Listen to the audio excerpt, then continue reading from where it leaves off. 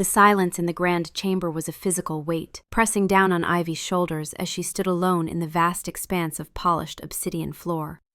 It was a silence composed of ancient stone, heavy velvet banners that drank the light, and the collected, patient stillness of 24 immortal beings who measured time in centuries, not heartbeats. Her own heart was a frantic drum against her ribs, a jarringly mortal sound in this hall of ages. Before her, seated on a throne carved from the heart of a petrified weirwood, was the vampire king, allure. His face was a study in serene neutrality, his silver eyes fixed on her, giving nothing away. He was beautiful in the way a winter storm is beautiful, perfect, powerful, and utterly lethal. "The proposal," Lord Castellan's voice sliced through the quiet, dripping with a condescension so profound it was almost an art form, "is predicated on a human sentimentality that this court has no obligation to entertain." He was a severe, hawk-faced vampire, his robes the color of dried blood, his hands steepled before him.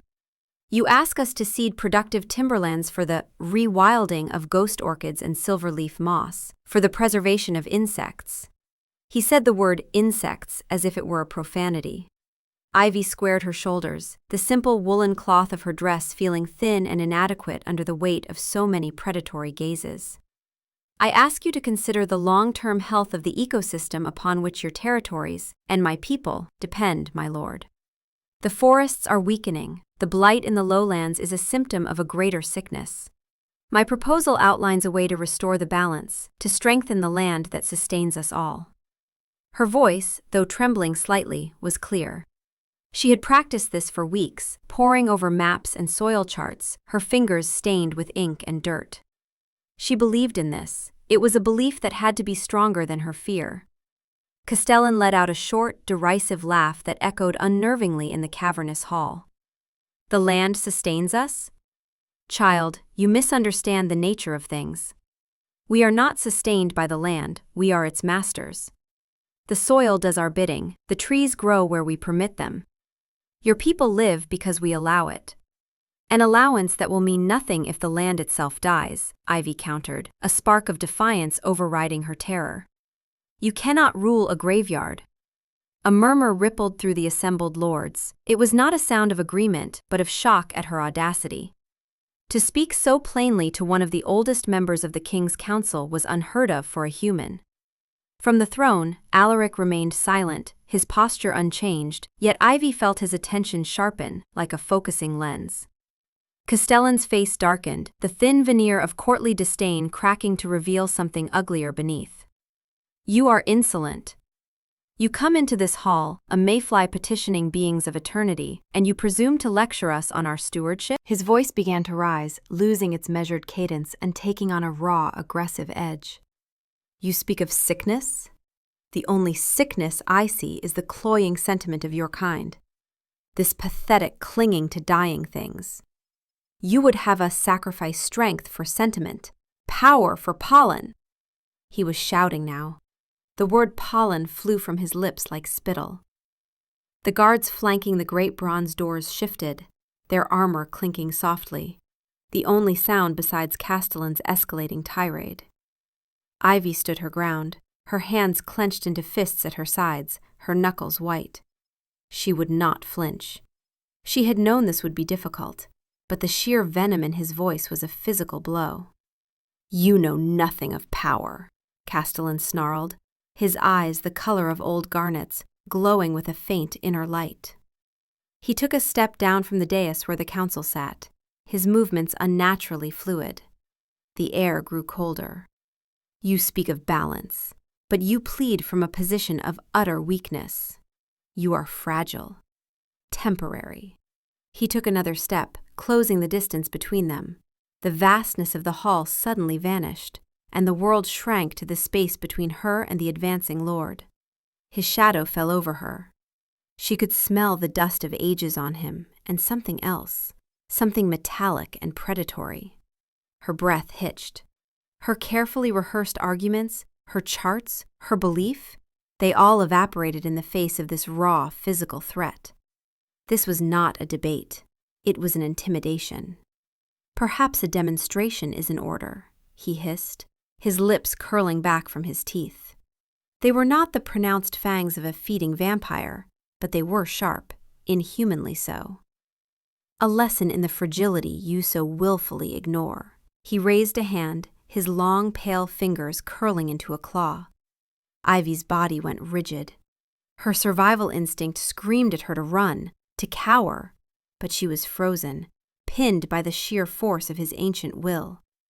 She saw the sneer on his face, the triumph in his eyes. She was a human, a plaything, and he was about to break her to make his point. In that sliver of a second, she felt a profound, soul-deep loneliness. No one would intervene. This was how her world worked. The powerful did as they wished, and the weak endured. Then the world broke. It was not a loud sound, not at first. It was a low, guttural growl that started deep in the chest of the king on the throne. It was a sound that vibrated through the stone floor, up through the soles of Ivy's worn boots and into her bones. It was a sound that belonged to the deepest, darkest parts of the world, to the moments before the avalanche, before the wolf's killing leap. Every head in the chamber snapped toward the throne. Alaric was rising. He moved with a speed that was not a movement at all, but a shift in reality. One moment he was seated, the next he was on his feet, poised on the top step of the dais. And he had changed. The serene, beautiful king was gone. In his place was a creature of pure, primal fury. His eyes were no longer silver. They were pits of absolute black, voids that promised nothing but a swift and brutal end. His lips were drawn back in a terrifying snarl, revealing fangs that were no longer subtly pointed, but fully extended, long and sharp as daggers, gleaming in the torchlight. The air around him shimmered with a palpable aura of power, a suffocating pressure that made Ivy's lungs burn. The temperature in the hall plummeted, a sudden, shocking cold that had nothing to do with the stone, and everything to do with the raw, untamed predator that now commanded the room. The snarl that tore from his throat was no longer a low growl. It was a sound of absolute, lethal rage.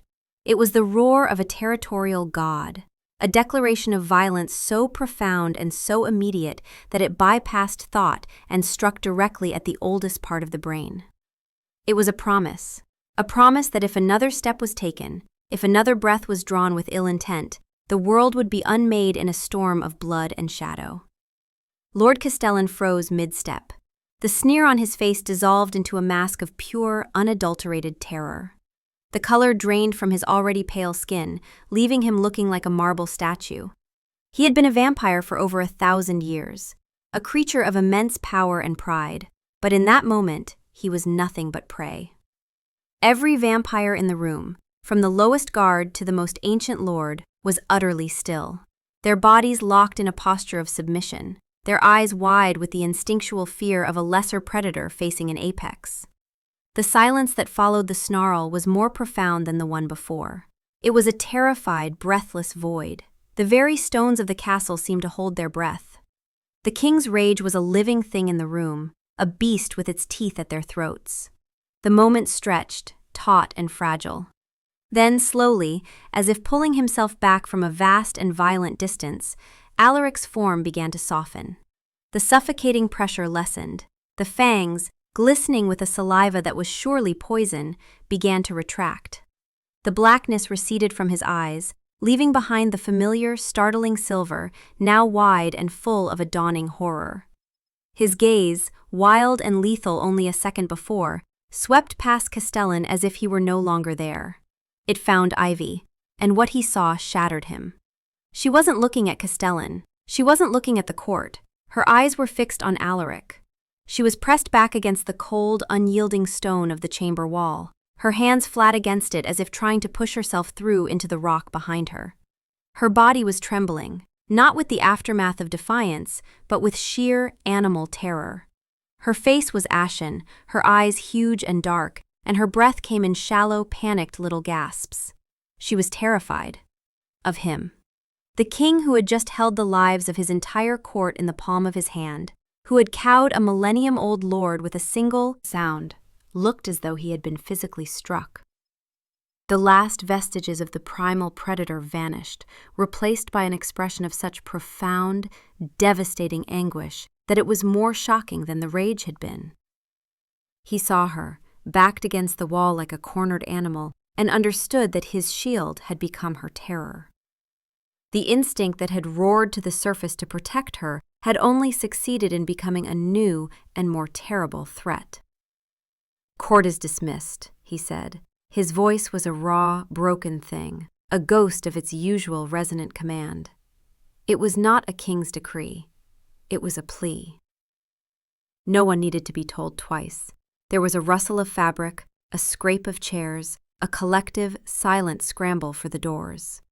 The lords and ladies of the night court, beings of immense power and pride, fled the chamber like frightened birds, not daring to look back at their king.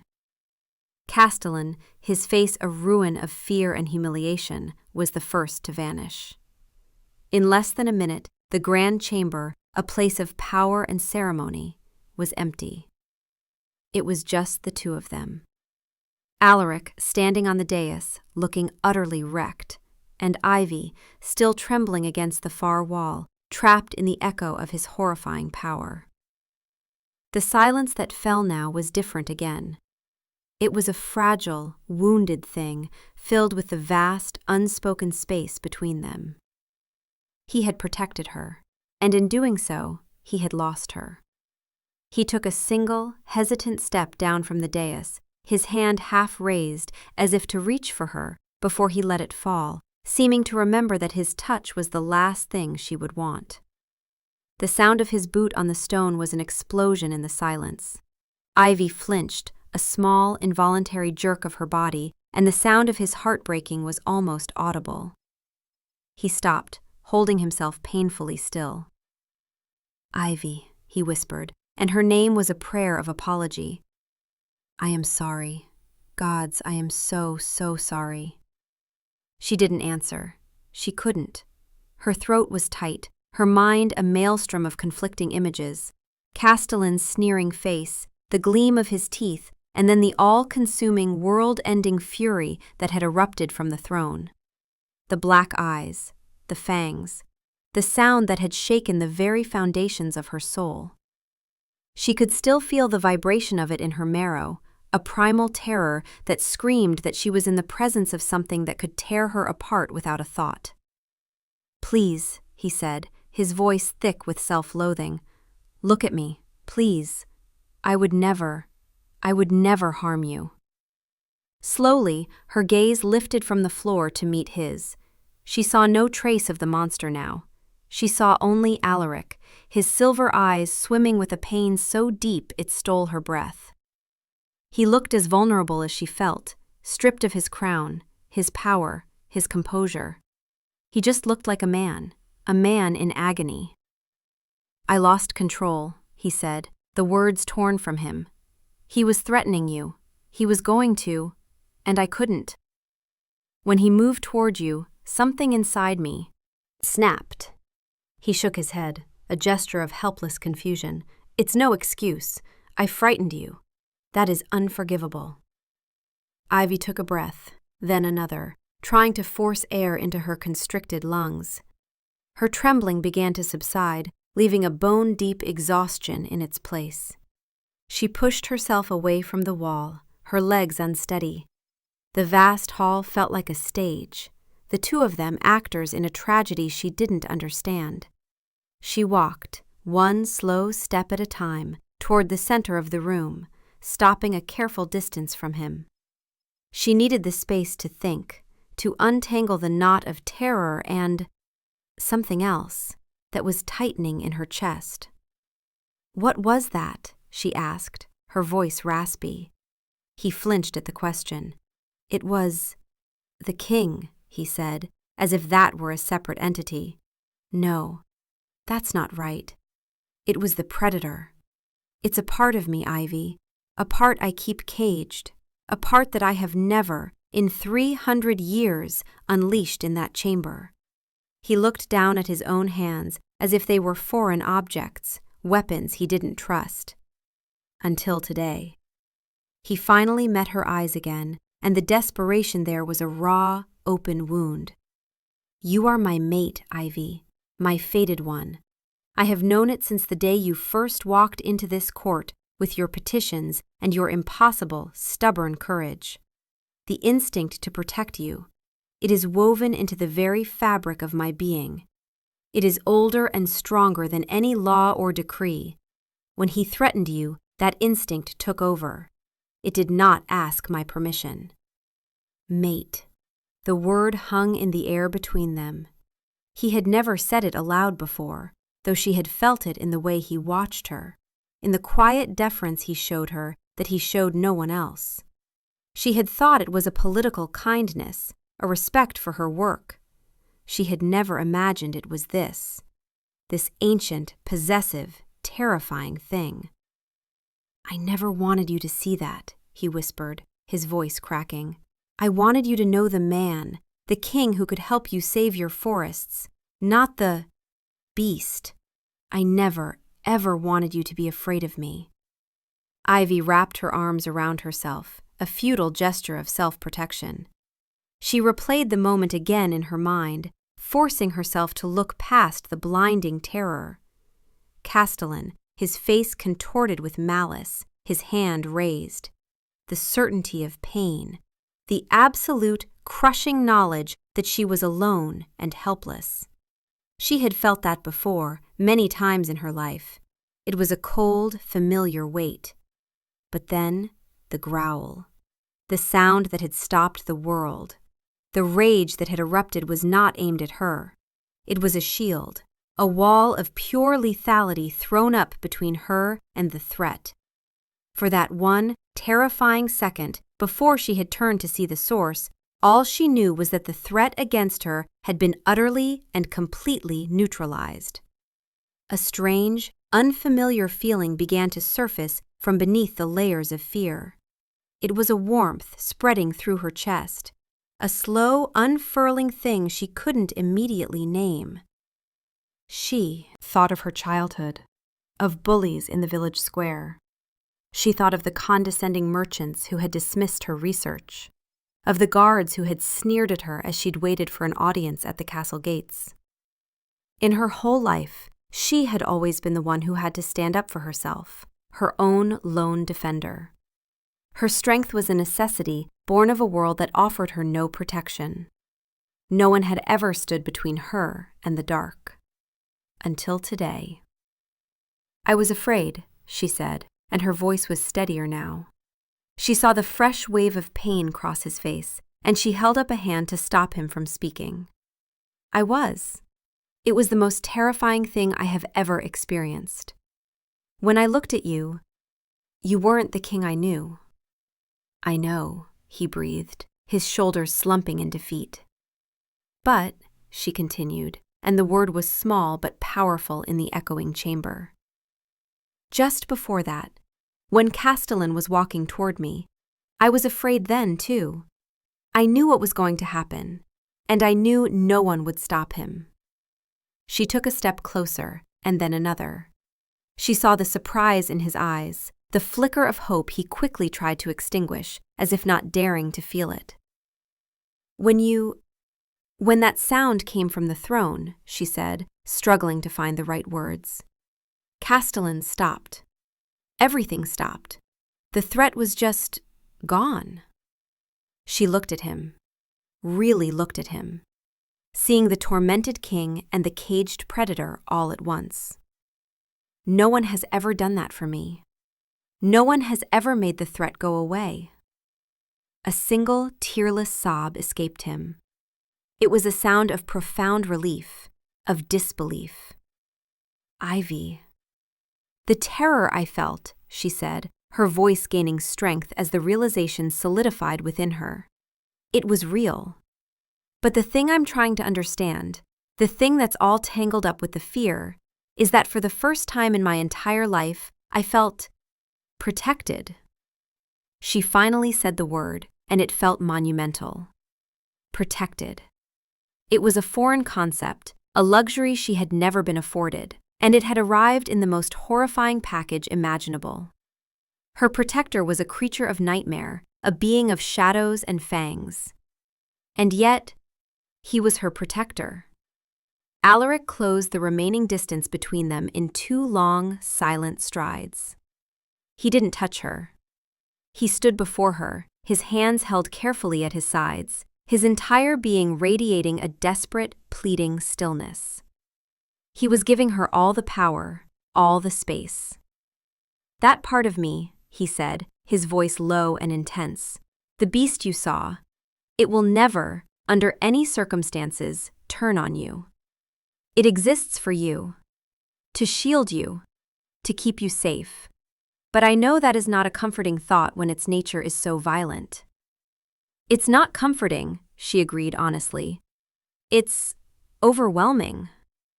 She looked around the empty hall, at the throne where he had transformed. "You are a king, Alaric, but you're not a human king. I think I've been forgetting that. I see you in council, I see you studying my maps, and I see a man. And you are, but you're more." "I am a vampire," he said simply. "A predator by nature. My love is not a gentle, poetic thing, though I wish it could be. It is fierce. It is possessive. It is this." He gestured vaguely to the air around them, to the lingering echo of his rage. "My protection comes with teeth. I don't know how to separate them." Ivy thought of her forests. She thought of the wolves that kept the deer population in check, preventing the starvation of a hard winter. She thought of the fires that cleared the dead underbrush to make way for new growth. Nature was not gentle. Balance was often maintained through violence. Strength was not always quiet and serene. Sometimes it had to roar to be heard. She was a human in a vampire's world, asking for their help. She had been naive to think she could appeal to them on her terms alone. To live in this world, to be with its king, she had to understand it on its own terms. She had to accept the ferocity as part of the whole. Her hand, which had been clenched at her side, slowly uncurled. Hesitantly, she reached out. She didn't touch his face or his chest. She laid her palm flat against the back of his hand. His skin was cool, but not cold. It was smooth, like polished stone. Beneath it, she could feel a tremor of restrained power, a deep thrumming energy that was always there, just beneath the surface. It was the same power that had terrified her moments ago. He went utterly still at her touch, his silver eyes fixed on their joined hands. He didn't move, didn't breathe. He was waiting. "I don't know if I can stop being afraid of it," she admitted softly. "Not right away. It's a lot to understand." "Take all the time you need," he said, his voice husky. "Take a lifetime. Take 10 lifetimes. I will wait." "But I think," she continued, her fingers curling slightly, a small, tentative grasp, "I can learn to trust it. I can learn to understand that the monster is for them, not for me." She looked up, meeting his gaze directly. "I think I can learn to feel safe with my terrifying, primal monster of a king." A flicker of a smile touched his lips, the first she had seen since this ordeal began. It was a fragile, hopeful thing. "I don't deserve you," he murmured. "You're probably right," she said, and a ghost of her own smile answered his. The tension in the hall finally began to dissolve, replaced by a quiet, fragile intimacy. The fear was still there, a phantom limb, but it no longer held her in its grip. It was being replaced by a profound, if daunting, understanding. "But you're what I've got." He finally moved, turning his hand over to gently entwine his fingers with hers. His touch was infinitely careful, as if he were holding the most delicate of ghost orchids. "Always," he vowed. His grip was firm, solid. It was the hand of a king, a predator, a mate. It was a promise of strength, a vow of protection. And for the first time, Ivy didn't just understand the word protection with her mind. She felt it in her bones, a deep and resonant truth. It was a terrifying, dangerous, and utterly wonderful thing. The king's protection was not a gentle thing. It was a primal force of nature, and she was standing at the very heart of the storm. Finally safe. She leaned her head against his shoulder, the wool of her dress against the fine silk of his tunic. A mortal woman and her immortal king. And for a long moment, they just stood together in the silent hall, learning the shape of their new reality. The world outside the castle walls was still a dangerous place, but within the circle of his arms, Ivy began to suspect she might be able to face it. The fear was a part of it, she realized, not a contradiction to the safety, but a component of it. The power that could destroy worlds was the same power that would keep hers intact. It was a paradox she would have to learn to live with, a truth as wild and necessary as the forests she fought to save. And as he held her, his presence a solid, unwavering wall around her, she knew, with a certainty that settled deep in her soul, that she was willing to try.